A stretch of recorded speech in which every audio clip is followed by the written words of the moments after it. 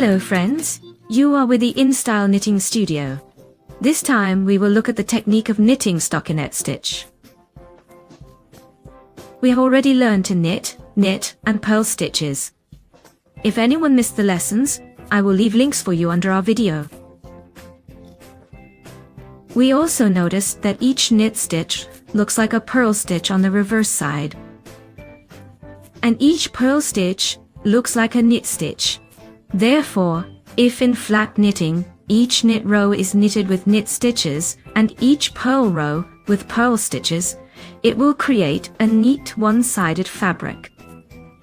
This is called stockinette stitch. This stitch has the appearance of vertical chains. If you look at stockinette stitch from the purl side, you will see a completely different pattern. This pattern is called garter stitch. It resembles horizontal stitches and somewhat resembles garter knitting. However, it is thinner and smoother. Let's try to knit. I've cast on 10 stitches and hold the needle with stitches in my left hand and the free needle in my right. The first edge stitch is slipped onto the right needle. Pay attention now.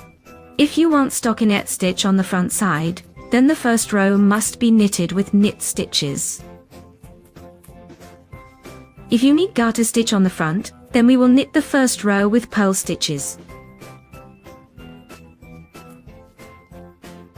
I will knit with knit stitches.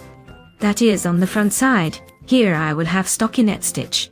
I will be knitting classic knit stitches. I knit the knit stitches, and to remind you how to knit them, we have already learned. Check the links if you're having difficulties. The first row is knitted with classic knit stitches. I will knit the last stitch as a purl stitch using the grandmother method. We turn the work. The second row is knitted with purl stitches.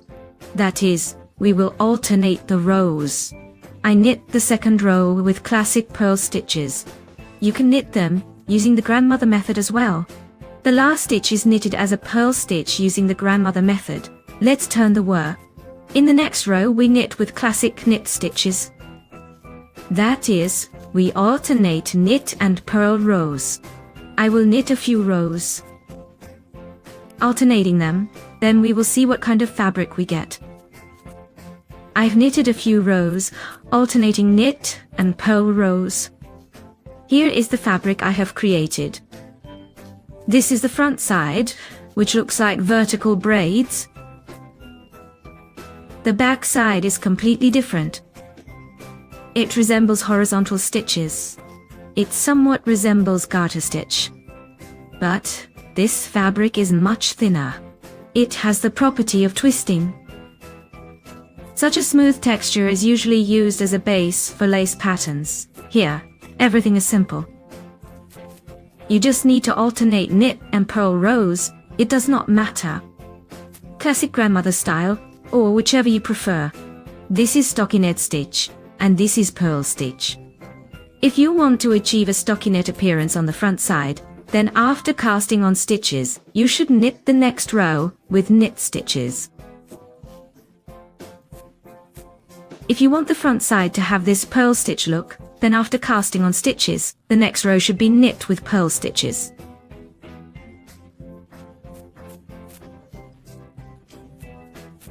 This is a principle you need to remember and understand, and basically, nothing more complicated follows.